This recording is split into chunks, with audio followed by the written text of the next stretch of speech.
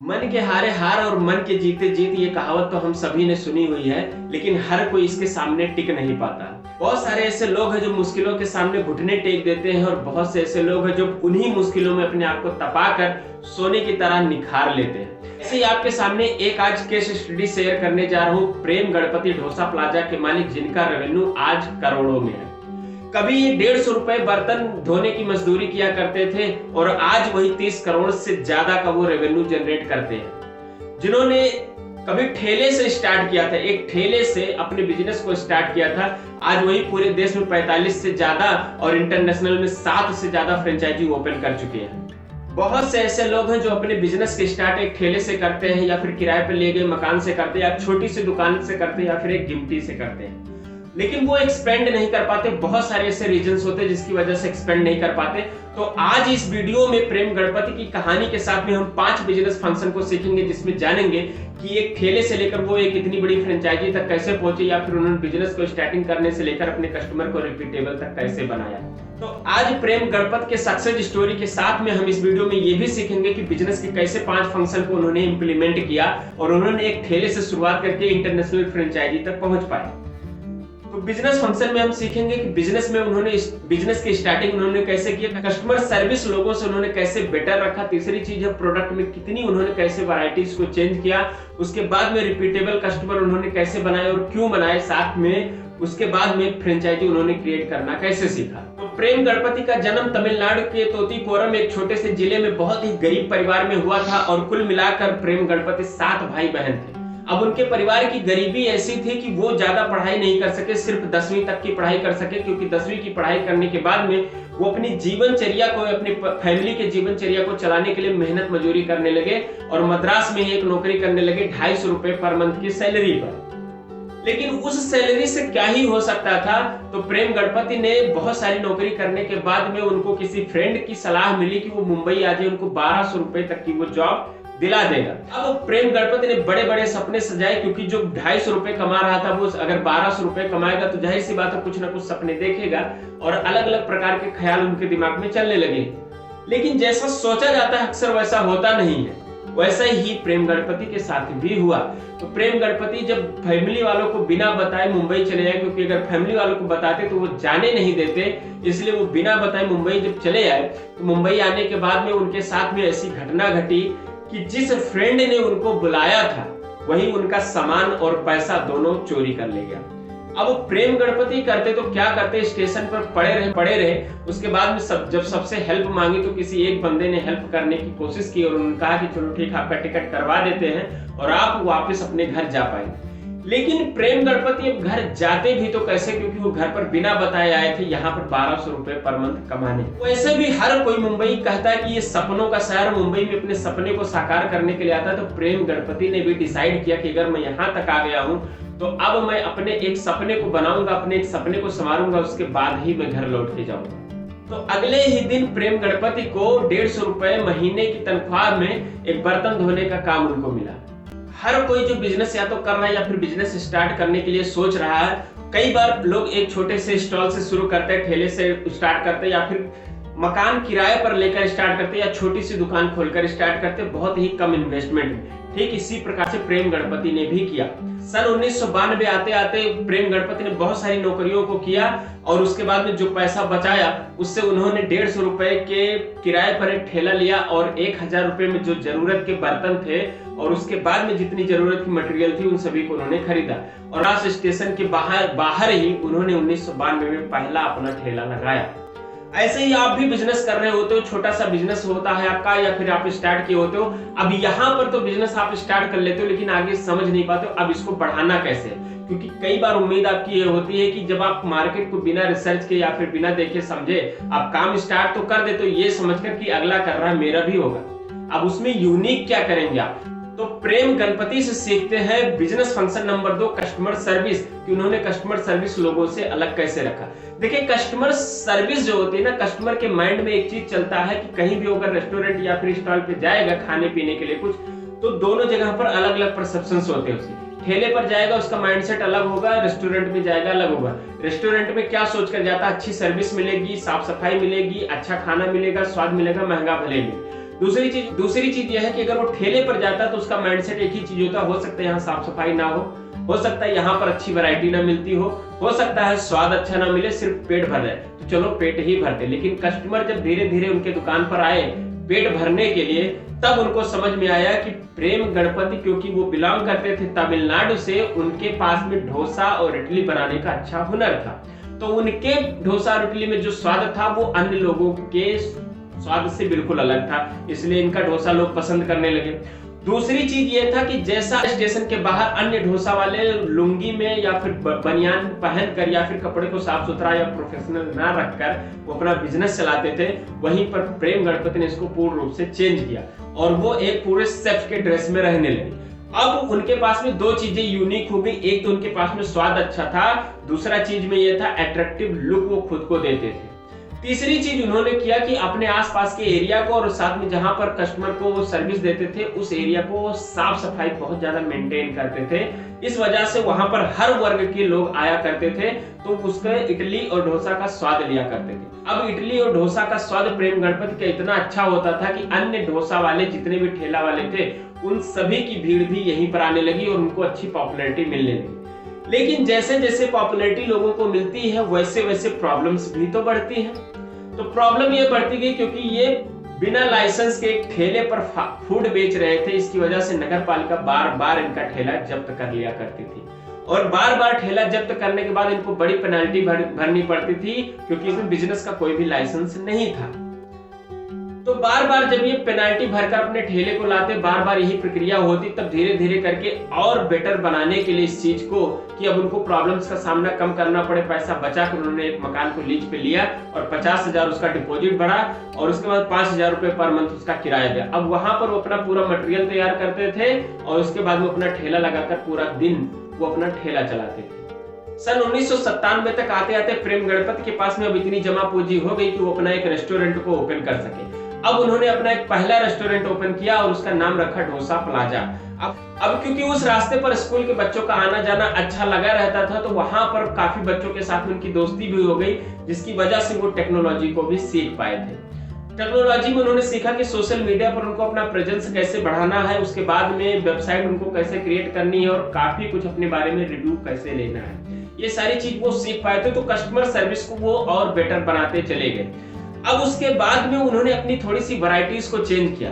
Function number 3 product of varieties, यानी कि variety उन्होंने चेंज किया। वैरायटीज इतनी सारी ला दी कि रेस्टोरेंट को ओपन करने के बाद उनके पास में 104 वैरायटी हो गई सिर्फ डोसा और इडली में, क्योंकि अब तक ऐसा किसी के पास में नहीं था। तो कस्टमर अब सबसे ज्यादा डोसा प्लाजा की तरफ अट्रैक्ट होने लगे। और ऐसा भी नहीं था कि वैरायटीज तो ज्यादा थी लेकिन जो वैरायटीज थी वो सबके सब खराब थी। क्योंकि एक बात है कि there is no secret to success, यानी कि सक्सेस होने के लिए कोई सीक्रेट नहीं होता। It is the result of preparation, hard work and learning from the failure. Success का कोई सीक्रेट नहीं होता, ये रिजल्ट होता है आपकी डेडिकेशन का, आपकी प्रिपरेशन का, आपने जो तैयारी कर रखी थी, आपने जो मेहनत की और आपने जो गलतियों से सीखा हुआ है, उसी का रिजल्ट होता है। क्योंकि जितनी वैरायटीज थी सबका उनका एक यूनिक स्वाद हुआ करता था। यूनिक स्वाद के साथ में उन्होंने अपने आप को एक्सपेंड किया और रिपीटेबल कस्टमर भी उन्होंने बनाए। अब रिपीटेबल कस्टमर बन गया उनका, क्योंकि डोसा का एक ही वैरायटी नहीं, तो बार बार वो वैरायटी को चेक करने के लिए आता, बार बार पेमेंट करता, बार बार उनका बिजनेस और अच्छा ग्रो होता। जब आपके पास में रिपीटेबल कस्टमर बन जाते हैं, आपके पास में कस्टमर ज्यादा आने लगते हैं, तब आपको समझ में आने लगता है कि अब आपका धंधा ग्रो होने लगा। देखो धंधा तब ग्रो होता है ना जब एक बार कस्टमर आए आपसे माल लेकर चला जाए, दोबारा वो ना आए, तो ऐसे में धंधा ग्रो नहीं होता। धंधा तब ग्रो होता है, तब बढ़ता है जब आपके पास में कस्टमर बार बार आए, उसके पास में अदर ऑप्शंस होते हुए भी वो दूसरी जगह ना जाकर सिर्फ आपके पास में आए। तो ऐसा क्या था, बोला वैरायटीज ऑफ प्रोडक्ट। तो उनके पास में प्रोडक्ट में इतनी सारी वैरायटी थी कि हर प्रकार के स्वाद को चखने के लिए लोग बार बार आया करते थे। प्रेम गणपति के पास में सांभर की एक यूनिक रेसिपी होने के कारण अब वो काफी अच्छा ग्रो करने लगे और उनका सांभर काफी लोगों को पसंद भी आने लगा था। 1999 तक आते आते प्रेम गणपति के पास में बहुत सारे ऐसे ऑफर आए ताकि वो अदर कंपनी में इन्वेस्टमेंट कर सके। उन्होंने चाइनीज फूड में इन्वेस्टमेंट किया, लेकिन वहां पर उनको सफलता नहीं मिली, वहां पर वो फेलियर हुए। लेकिन उन्होंने प्रोडक्ट ऑफ वैरायटी जो सीखी थी, जो चेंज कर रहे फंक्शन नंबर 3 उन्होंने ऐड किया, क्या प्रोडक्ट वैरायटी ऑफ प्रोडक्ट। तो उन्होंने क्या किया, जो चाइनीज फूड जो उन्होंने चाइनीज कंपनी में सीखी हुई थी उसको अपने उन्होंने डोसा और इडली में आजमाया और वहां पर उन्होंने चॉकलेट फ्लेवर का डोसा बनाया जो काफी फेमस हुआ, काफी मशहूर हुआ। अब और ऐसे ऐसे करते करते 1999 तक उनके पास में 104 से ज्यादा वैरायटीज हो गई थी। रिचर्ड ब्रांसन ने कहा है कि अगर आपको कोई भी अमेजिंग ऑफर देता है और आपको नहीं पता कि उसको आपको करना कैसे है, तब भी आपको हाँ कर देना चाहिए। हाँ करने के बाद में आप सीखो कि उसको आपको करना कैसे है। ऐसे ही प्रेम गणपति ने किया जब उनके पास में काफी ऑफर आने लगे कि वो अदर कंपनी में भी इन्वेस्ट करे ताकि उनको अच्छी सफलता मिल सके, उनका मल्टीपल रेवेन्यू हो सके।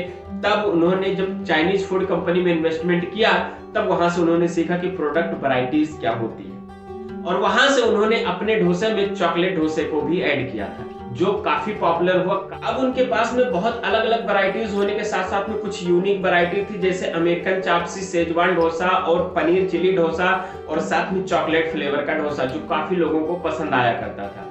तो इस प्रकार से उन्होंने अपने ही प्रोडक्ट में बहुत सारी वैरायटीज लाकर एक यूनिक बना लिया डोसा प्लाजा को, क्योंकि किसी भी डोसा प्लाजा के पास में या कोई भी अन्य जितने भी डोसा वाले थे उनके पास में अब तक इतनी ज्यादा वैरायटी नहीं थी और ये वर्ल्ड का नंबर 1 वैरायटी वाला डोसा प्लाजा बना। 2002 आते आते प्रेम गणपति के डोसे ने उनको काफी पब्लिसिटी दिलाई, काफी लोगों के बीच में पॉपुलर हुए। अब उनको अपने बिजनेस को एक नेक्स्ट लेवल पे लेकर जाना था, काफी आगे बढ़ना था, तो उन्होंने अपने एक आउटलेट्स के लिए बगल में हो रहे एक मुंबई सेंट्रल मॉल में उन्होंने अपने आउटलेट्स के लिए बात की। उसके बाद में उनको पता चला कि वहां पर तो उनको कुछ पेमेंट भी देना पड़ेगा, रजिस्ट्रेशन कराना पड़ेगा, उनके कुछ लाइसेंस वगैरह होती, तो वो सारा काम उन्होंने जैसे तैसे करके पता करके करवाया। उसके बाद में मुंबई सेंट्रल मॉल में उनको एक जगह मिल गई अपने रेस्टोरेंट को ओपन करने के लिए। अब उनके लिए एक लकी चांस था जब उन्होंने मुंबई सेंट्रल मॉल में अपना एक जगह लेकर वहां पर अपना एक रेस्टोरेंट ओपन कर दिया। मॉल के कंप्लीट होने पर जब मॉल में लोगों का आना जाना शुरू हुआ, तब प्रेम गणपति का डोसा प्लाजा काफी मशहूर होने लगा। इतना मशहूर होने लगा कि लोग इनको अब अप्रोच करने लगे, प्रेम गणपति को अप्रोच करने लगे कि ये अपनी फ्रेंचाइजी क्या लोगों को देते हैं। तो ऐसे ही बहुत सारी कंपनी ने भी इनको अप्रोच किया कि अपना डोसा प्लाजा का फ्रेंचाइजी दूसरों को दे। तो प्रेम गणपति को हालांकि इसके बारे में तो कुछ नहीं पता था क्योंकि वो सिर्फ 10वीं पास थे। तो 10वीं पास होने के बावजूद भी उन्होंने क्या किया कि टेक्नोलॉजी के माध्यम से, लोगों की हेल्प से और भी वेबसाइट्स की मदद से उन्होंने फ्रेंचाइजी के बारे में जाना। गणपति ने क्या किया कि जब उनका बिजनेस अच्छा चल रहा था, चाहते तो वो वहीं पर रुक सकते, लेकिन बिजनेस स्केल करना उन्होंने ज्यादा सही समझा। वो चाहते तो जहां पर थे उनके पास में इतनी अच्छी वैरायटी, इतनी अच्छी कस्टमर बेस था, वो रुक सकते थे क्योंकि अब उनकी करोड़ों में इनकम होने लगी थी। लेकिन जब उनको पता चला कि फ्रेंचाइजी देने से बिजनेस को और नेक्स्ट लेवल तक लेकर जाया जा सकता है, तब उन्होंने फ्रेंचाइजी के बारे में बहुत सारी डिटेल में जानकारी हासिल करी और उन्होंने अपनी फ्रेंचाइजी दी। तो प्रेम गणपति ने भी डोसा प्लाजा की अपनी फ्रेंचाइजी प्रदान करना शुरू कराया, लेकिन इस बात पे सहमति देकर कि वो डोसा बैटर और अन्य सामग्री की पूर्ति वो खुद करेंगे। तो 2003 में थाने वंडर मॉल में उन्होंने अपना पहला फ्रेंचाइजी काउंटर ओपन किया और इस तरीके से प्रेम गणपति फिर पीछे मुड़कर नहीं देखे, हमेशा से आगे बढ़ते रहे और 2005 तक आते आते भारत के उन्होंने 7 जगहों पर अपने आउटलेट्स को ओपन किया और 2007 तक प्रेम गणपति डोसा प्लाजा की 9 शहरों में उनकी फ्रेंचाइजी हो चुकी थी और इसी तरीके से कंटिन्यू ग्रो करते गए और उसके बाद में 2008 तक आते आते उनके पूरे भारत में 23 से ज्यादा आउटलेट्स ओपन हो गए और उसके बाद उन्होंने इंटरनेशनल मार्केट में कदम रखा और 2008 में एशिया के सबसे बड़े मॉल में उन्होंने अपना पहला आउटलेट्स भी ओपन कर दिया। इस प्रकार से प्रेम गणपति ने हमेशा से अपने आप को ग्रो करते गए, आगे बढ़ते गए और 50 करोड़ से ज्यादा की आज की उनकी पूरी नेटवर्थ हो चुकी है। एक सोचिए, ठेले से स्टार्ट करके आज वो इंटरनेशनल मार्केट को कैप्चर कर रहा है। क्या आप ऐसा कुछ कर सकते हैं कि किसी के पास में ज्यादा है, किसी के पास में कम है, तभी वो सक्सेस हो पाता है। लेकिन मैं एक चीज आपसे कहना चाहूंगा कि everyone has the key, it is just a matter of using it. कि हर किसी के पास में वही चाबी है जिससे लोग सक्सेस होते हैं। मैटर ये करता है कि क्या उसको आप यूज करते हो। क्या आपने आज जो बिजनेस के 5 फंक्शन को सीखा, यानी कि बिजनेस का स्टार्टअप तो आपने कर दिया होगा या फिर नहीं किए हैं तो करने वाले होंगे। दूसरा चीज है क्या आपने कस्टमर सर्विस को कैसे रखना है जैसा कि आसपास के लोग नहीं रखते। तीसरी चीज है आपके पास में ऐसी कौन कौन से प्रोडक्ट है जिसमें आप बहुत ज्यादा वैरायटी ला सकते हैं जो लोगों को पसंद आए। ऐसी चीज, ऐसे प्रोडक्ट, ऐसी सर्विसेज में आपको वैरायटीज लानी है ताकि कस्टमर आपके पास में क्या हो। बिजनेस फंक्शन नंबर 4 यानी कि रिपीटेबल कस्टमर। जब आपके पास में बार बार कस्टमर आते हैं तो वो आपका परमानेंट कस्टमर बनने के साथ में आपके बिजनेस को ग्रोथ दिलाने में काफी मदद करते हैं। और जब आप काफी अच्छा बिजनेस करना स्टार्ट कर देते हो, काफी अच्छे से आप ग्रो करना स्टार्ट कर देते हो, तब आपको फ्रेंचाइजी क्रिएशन भी सीखना पड़ेगा। देखो प्रेम गणपति के पास में 10th का नॉलेज होने के साथ में बहुत सारी चीजों का नॉलेज नहीं था, लेकिन उन्होंने कॉलेज के बच्चों से टेक्नोलॉजी सीखी थी कि आपको अपने सोशल मीडिया पर प्रेजेंस कैसे बनानी है, वेबसाइट कैसे बनानी है, ये सब कॉलेज के बच्चों से उन्होंने सीखा। उसके बाद में जैसे जैसे उनका बिजनेस बढ़ता गया, जैसे जैसी प्रॉब्लम्स आती है, वैसे वैसे लोगों के साथ में अप्रोच कर करके वो आगे बढ़ते गए। जब मॉल में उनको दुकान खोलना था तो वहां के कंस्ट्रक्टर जो मैनेजर थे उनसे संपर्क करके उन्होंने वहां पर उस मॉल में उन्होंने अपना पहला आउटलेट खोला हुआ था। फ्रेंचाइजी देनी नहीं आती थी, फ्रेंचाइजी के बारे में उन्होंने जानकारी हासिल की, नॉलेज इकट्ठा किया, तब वो जाकर अपनी फ्रेंचाइजी को ओपन कर पाए थे। उसके लिए भी उन्होंने बहुत सारी तकलीफों को सामना किया होगा। बिजनेस को करने के लिए हर किसी की लाइफ में प्रॉब्लम्स आती है, जैसे प्रेम गणपति के पास में भी आई कि वो 150 रुपए में बर्तन धोए, 250 रुपए में मजदूरी किया, कई बार ठेला उनका जब्त हुआ। तो प्रॉब्लम हर किसी को आती है। तो प्रॉब्लम्स आपकी लाइफ में बहुत सारी आती रहेंगी, लेकिन सोल्यूशन के लिए हम है ना, हम आपको सोल्यूशंस बताते रहेंगे। तो इस चैनल को सब्सक्राइब कर लीजिएगा, बेल आइकन को हिट कर लीजिएगा और इस वीडियो को एक लाइक करके मेरा उत्साह जरूर बढ़ा दीजिएगा, जैसा कि हर बार आप बढ़ाते हैं। और मेरे साथ यहाँ तक वीडियो में बने रहने के लिए आपका बहुत बहुत धन्यवाद। आज की सीखी गई 5 बिजनेस फंक्शन में कौन सी ऐसी फंक्शन है जो आपको बिजनेस में इंप्लीमेंट करनी है, कमेंट करके जरूर बताइएगा। मिलेंगे आने वाले एक और नेक्स्ट वीडियो में, तब तक के लिए नमस्कार, जय हिंद।